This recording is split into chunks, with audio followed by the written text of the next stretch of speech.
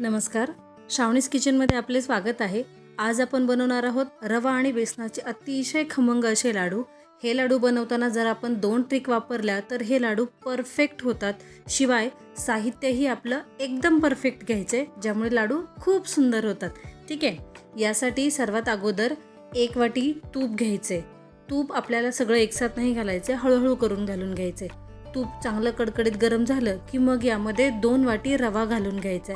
रवा कोणता घ्यायचा? रवा एकदम बारीक, झिरो रवा किंवा मग आता चिरोटी रवा म्हणूनही तो ओळखला जातो, तो रवा घ्यायचा आहे. रवा एकदम बारीक घेतल्यामुळे काय होतं, तो खाताना दाताखाली येत नाही आणि तो चरचरतही नाही आपल्या तोंडामध्ये.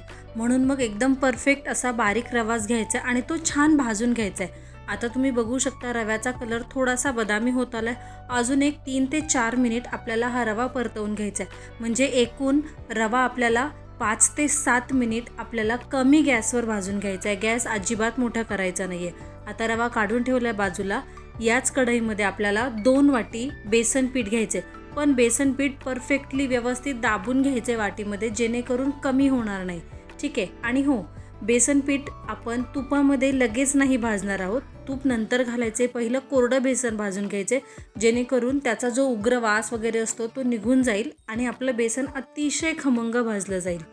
बेसन पिठामध्ये असणाऱ्या गुठळ्या वगैरे ज्या आहेत त्या सगळ्या छान फोडून घ्यायच्या स्पॅच्युलाने, किंवा तुम्ही उलटनं घेतलं तरीही चालेल, काहीच हरकत नाही आहे. फक्त सतत हलवत, मंद आचेवरच सतत हलवत आपण हे बेसन भाजून घ्यायचे. आता थोडासा रंग बदलला आहे, त्याचा सुगंधही घरात छान यायला लागला की मग यामध्ये तूप घालायचे. पण तूप एकदम नाही घालायचे, थोडं थोडं करून तूप घालायचे. आपल्याला या सर्व लाडूच्या साहित्यासाठी आपल्याला फक्त 1च वाटी बेसन हवं आहे. म्हणजे बघा, 2 वाटी रवा, 2 वाटी बेसन पीठ आणि 2च वाटी बारीक केलेली साखर म्हणजेच पिठी साखर घालून घ्यायची आहे. आता पुन्हा एकदा म्हणजे तिसऱ्यांदा आपण यामध्ये तूप घालून घेणार आहोत.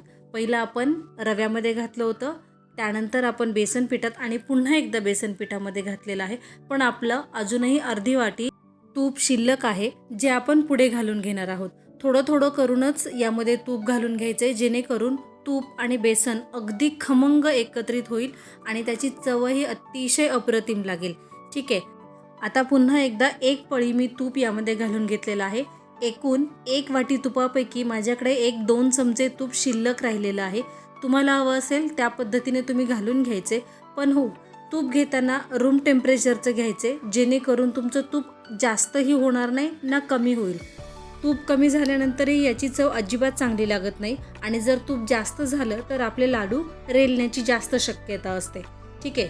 बेसन बिना तुपाचं आपण 5 ते 7 मिनिट भाजून घ्यायचे आणि त्यानंतर तूप घातल्यानंतर ते कमीत कमी 10 ते 12 मिनिट आपल्याला भाजूनच घ्यावं लागतं, ज्यामुळे त्याला थोडंसं तरी तूप सुटायला पाहिजे. जर जास्त तूप सुटू दिलं तरीही लाडू रेलू शकतात.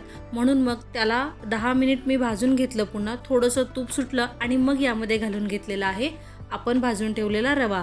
हा रवा पुन्हा बेसनामध्ये छान मिक्स करून घ्यायचा आहे, ज्यामुळे हे दोन्हीही छान एकत्र होतील आणि असं वाटणारच नाही की आपण हे रव्याचे लाडू खातोय की बेसन लाडू. दोन्हींचीही चव एकत्र आली की अतिशय उत्तम लागते. बरं, आता याच्या सगळ्या गुठळ्या वगैरे फोडून घ्यायच्या आहेत छान आणि यानंतर मग यामध्ये आपण पिठी साखर घालून घ्यायची आहे. पण किती वेळानंतर? अजून कमीत कमी 3 ते 4 मिनिट तरी आपण हे एकत्र करून घ्यायचे. पुन्हा तुम्ही बघू शकता की बेसन आणि रवा असा एकत्र झाला की त्याला थोडंसं तूप सुटायला लागल्यासारखं वाटते.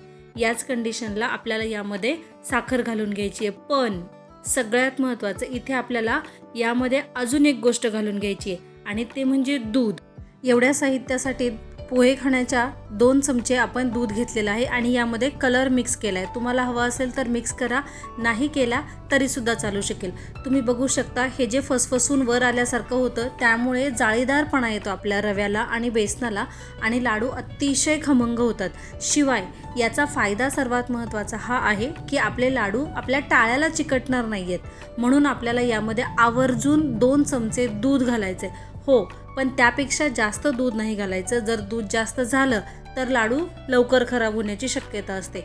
म्हणून फक्त 2च चमचे दूध यामध्ये घालून घ्यायचे. यानंतर याच्या सर्व गुठळ्या वगैरे फोडून घ्यायच्यात आणि तुम्ही बघू शकता की याला छान असा चुरचुरीतपणा आलेला आहे. आता यामध्ये आपण घालून घ्यायची आहे साखर. गॅस बंदच ठेवायचा आहे, गॅस आपल्याला चालू करायचा नाही आहे लगेच. 2 वाटी साखर या एवढ्या मिश्रणासाठी अतिशय परफेक्ट आहे. तुम्हाला जर जास्त गोड आवडत असेल तर तुम्ही साखर 2-3 चमचे वाढवू शकता आणि जर कमी गोड आवडत असेल तर यातील 2-3 चमचे साखर कमी केली तरीही चालेल. आता हे सगळं छान मिक्स करून झालेलं आहे. पण हो, साखर, रवा आणि बेसनामध्ये छान मिक्स होऊन जावी यासाठी आपण 2 ते 3 मिनिटासाठीच फक्त गॅस चालू करायचा आहे. मंद आचेवरच हे छान परतवून घ्यायचं आहे आणि त्यानंतर मग हे पीठ झाकून ठेवायचे. 15 ते 20 मिनिटानंतर ह्याच्यावरचं झाकण काढून घ्यायचे. हे सगळं छान मिक्स करायचं आहे. आता आपलं लाडू बांधण्यासाठी हे तयार नाही आहे. आपल्याला दुसरी ट्रिक वापरायची आहे. ती अशी की आपल्याला आता हे सगळं मिक्सरमध्ये फिरवून घ्यायचे, कारण आपण जे तूप घातलेलं आहे ते थोडंसं मेल्ट व्हायला पाहिजे. साखर घातलेली आहे ती छान मिक्स होऊन जायला पाहिजे. तुम्ही बघू शकता आपण मिक्सरला फिरवून घेतलेल्याची मूठ बांधली जाते, तर कढईमध्ये जे आहे त्याची मूठ बांधली नाही जाते. जे मिक्सरला नाही फिरवलं ते हे सर्व मिक्सरला फिरवून घेतल्यानंतर पुन्हा 15 मिनिटासाठी ठेवून द्यायचे. यानंतर यामध्ये वेलची पूड घालून घ्यायची आहे आणि मग ते सगळं छान मिक्स करून घ्यायचं आहे. सगळं मिक्स करून झालं की आपण लाडू बांधायला घेऊ शकतो. एकंदरीत 1.5 तासात हे लाडू आरामात तयार होतात. यासाठी फक्त आपण भाजत असताना थोडीशी काळजी घ्यायची आहे की खाली तळाला जराही लागलं नाही पाहिजे, ना रवा ना बेसन. लाडू बांधत असताना तुम्ही याला मनुकेही लावून घेऊ शकता किंवा मग पिस्ता लावला तरीही चालेल. मी मनुके फक्त तुम्हाला दाखवण्यासाठी म्हणून लावून घेतलेले आहेत, नाहीतर माझ्या लेकीला तर पिस्त्याची चव जास्त आवडलेली आहे, त्यामुळे मी सर्व लाडूला पिस्ते लावून घेतलेले आहेत. या 2 वाटी रवा, 2 वाटी बेसन पीठ, 2 वाटी पिठी साखर आणि 1 वाटी तूप या सर्व साहित्यामध्ये माझे एकूण 23 लाडू तयार झालेले आहेत. तुम्हाला जर लाडू जास्त बनवायचे असेल तर त्या क्वांटिटीमध्ये तुम्ही सर्व पदार्थ वाढवत गेलं पाहिजे. ठीक आहे. अशाच रेसिपीसाठी श्रावणीज किचनला सबस्क्राईब करा. शेजारी जे बेल बटन आहे ना तेही प्रेस करा. आजची रेसिपी तुम्हाला कशी वाटली हे मला कमेंट करून सांगा. आणि हो, रेसिपी जर आवडली असेल तर लाईक नक्की करा. ठीक आहे. शुभ दीपावली. धन्यवाद.